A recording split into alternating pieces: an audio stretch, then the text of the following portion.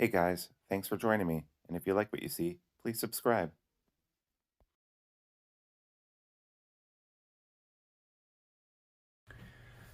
Hello and welcome to Sharp Ends. Today I'm going to do a quick review and cleanup of the Quiet Carry Waypoint. The Quiet Carry is an American company, but their OEM is in China. However, they use some incredibly great materials for their knives. What we'll see here is that this is titanium scales, which is obviously great. And then the interior liners in here, which when we open it up, you'll see, is made of LC200N, which is the same kind of metal that is used in the Spidey Chef, Spyderco makes. It's a highly stainless steel, very good. You can dip it in salt water for a long time and it'll never rust. And then the blade itself is actually Vanax steel. Vanax itself is also very highly stainless steel.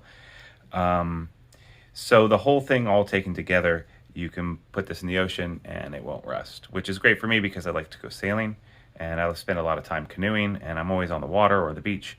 And this is the knife that I carry most of the time. I just got done with a fall camping trip where I had gone canoeing out to on the ocean, actually out to a beach, and then I came back. And this is the knife that I took with me. So now it has some salt and sand in it. Whenever I do that, I like to take it apart. Quiet Carry has its own aesthetic. These four holes are on all of their knives. And it's very sleek and minimalistic, but at the same time, great. And the action on it is incredible. You can finger flick it or thumb flick it. And the clip is a wire clip, which I really like. This summer I sailed for 6 days and 5 nights along the Texas coast. And I took this knife with me as my primary carry on my life jacket. And every day I used it. It did get a little gunked up just from salt and stuff drying inside of it. Because no matter how much you try to prevent a knife getting wet, when you're on a boat, a small boat especially, things are going to get wet. I'm just popping out the pivot right now. I'm going to put the pivot over here all the way to the left, and then I'll line up all the other screws this way so that I know where things go. And on that trip, it actually got a little gunked up at one point, so I took fresh water and I just rinsed it out. I knew that when I got home, I would clean it out and re-oil it, and everything would probably be fine. And lo and behold, it was. Yes, I don't think I need to remove that part. So there's just one spacer. There's a pivot bolt and a spacer, and then there's a back part. And I think that if I just remove this. So anyway, I was highly impressed. After I washed it out with clean water, the action got restored immediately. One thing I don't like about these is that their screw heads are extraordinarily shallow. I feel like they could be just a little bit deeper. You just have to be careful when you're taking this apart.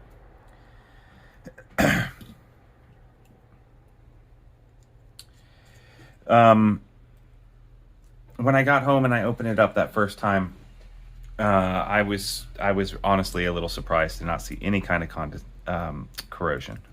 All right, so now I've taken it apart. All I've done is taken out the pivot, and I've taken out this back part, and there's a back spacer in here, right there. The back spacer has 2 pins, and that together makes the knife sit in there. So here we are. You can see that there is some sand in there and some salt, and that the grease that is in there is turned black. That's because I had it on the ocean. You can also see in here, so the spacers, and you can see right here it says LC200N right there. So a steel that is usually used for other knife blades is used for the liners on this, which is great. Highly stainless. So I could take out this liner and detach it from the the thing, and maybe I will, just to get all the salt out. Now you can see there is just a little bit of corrosion right here, and I'll tell you what that is. Anytime that there's two different kinds of metals, there's going to be a difference in polarity and a difference in the electric attraction or potential between the two different kinds of metal. So even though both of these are totally stainless, you're going to get just a little bit of corrosion. It's so minimal though, considering that this has been in the ocean. You probably have experienced non-carbon steels, non-stainless steels getting fairly having corrosion almost immediately upon exposure to water if you don't dry it off. And this doesn't have any of that. So now what I'm going to do is I'm going to take these washers off. These are phosphor bronze washers. And again, there's no corrosion on them, which is great. But there is some old oil and dirt on here. So I've taken a Q-tip and I'm using alcohol to clean those off. And I'm going to clean this blade. You can see there's a lot of schmutz on here. I'm going to take that and clean it off. You can also see one of the other things that I really love about this knife is that it is hollow ground. Hollow ground is when there's like a little scoop of metal taken out of the blade itself. The reason I love that is because it makes this knife super, super slicey. On the boat this summer, every day, whenever I go out, I usually eat an apple, and I'd slice it up with this knife. And this is, it honestly just slices right through the apple so nicely. It's so great with that hollow grind. Also, you know, rope or anything else, it just, you know, goes right through it. All right. So now I've done that, I've cleaned this, I'm gonna clean the pivot. I'm gonna get the other side of this Q-tip a little wet to clean the rest of this. I'm gonna go over this one more time. So there's a pin in here. This pin will fall out if I'm not safe, or if I'm not careful about it, you know, getting lost. And there's definitely a little bit of sand and salt on here, so I'm gonna take that off. I should also mention that when I went on this trip was over 3 weeks ago. So this knife has been sitting here with this salt and this sand on it, and there is absolutely zero corrosion on this. I'm also going to go ahead and take the alcohol and just wipe it all over the blade on both sides, and then I'm going to take a cloth, and I'm just going to wipe it off and get any kind of salt that's left on there off. Okay, there we go. Now all I have left to do is to clean up these scales. So this is actually, this side over here is just titanium. This is the show side. And there is a little bit of schmutz, a little bit of salt, sand in here. So I'm gonna dip this cloth in here and just wipe this all down with alcohol and wipe it off. All right, on the show side here for me, because I'm right-handed, you see there is a space to put it over for left. So it is an ambidextrous knife. All right, now that that is done and I've got that, the last thing I need to do is remove this. So Quiet Carry, although they don't make their stuff in America, I still like them a lot. I don't have a problem with buying quality goods that are manufactured in other countries. I mean, our cell phones, our TVs, a lot of quality goods are made in other countries. Now, when I can, I buy American made, and that's not because I'm that's not because I'm like super patriotic or anything. I'm honestly not into patriotism. It's more that I like to support my local people. I'm much more of a humanist, and I like to support the people around me. And the people around me where I live happen to be Americans, so I like to support them. I'm going to take these screws and put them here. So whenever I get the opportunity, I try to buy as close to home as possible. I start literally within miles of myself. The company closest to me that makes knives is Creeley Blades, and I've bought their knives. This isn't coming out easily, and I don't want to force it or change how this is bent, because then I might change the detent on it, and I don't want to do that. because this, you know, this is bent a certain way to provide some force here. And if it's not going to come out easily, I'm not going to force it just to, you know, because I'm looking back down in this gap and I really don't see any schmutz there. So I'm just going to put that back together because I don't want to try to pry this out when it doesn't need to come pried out.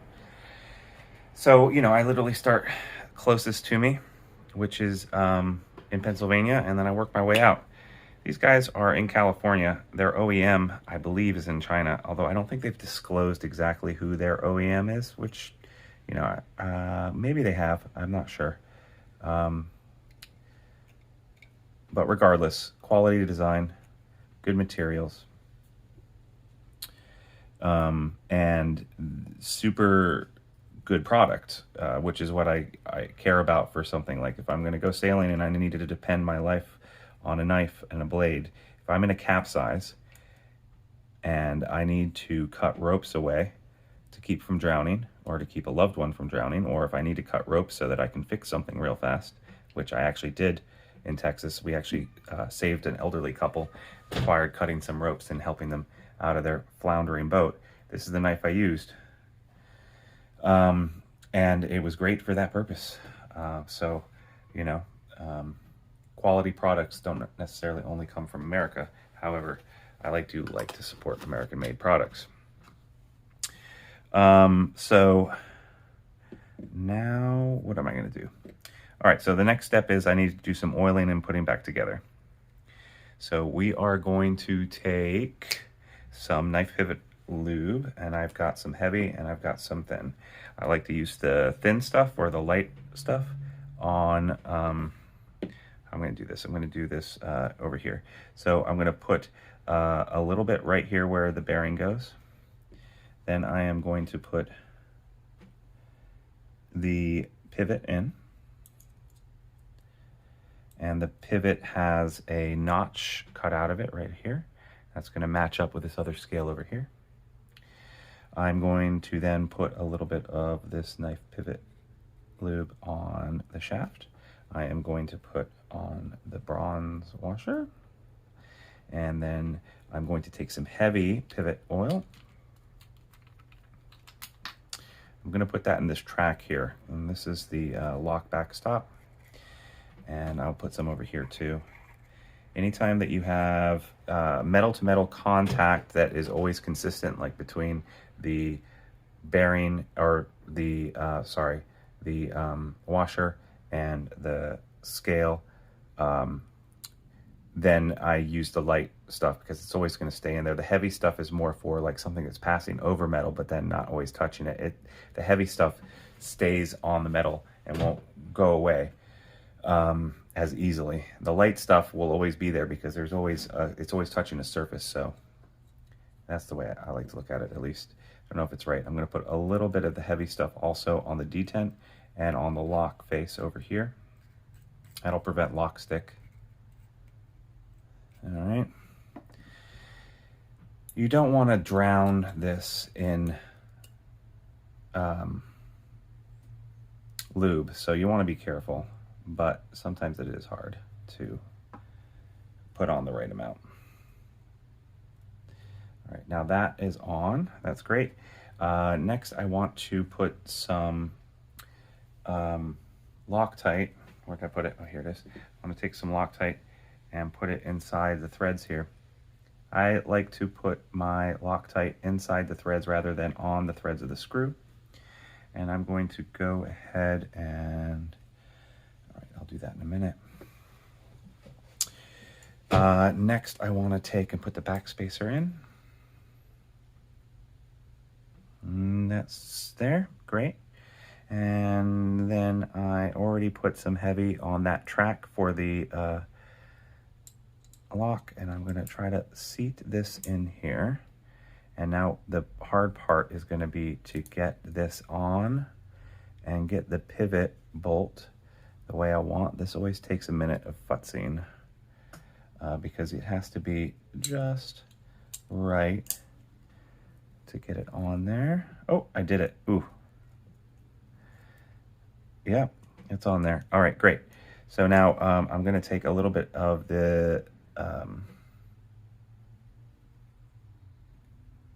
All right, this goes in this way. How does this go in? Oh yeah, all right. So I'm going to take my pivot bolt, put it in there.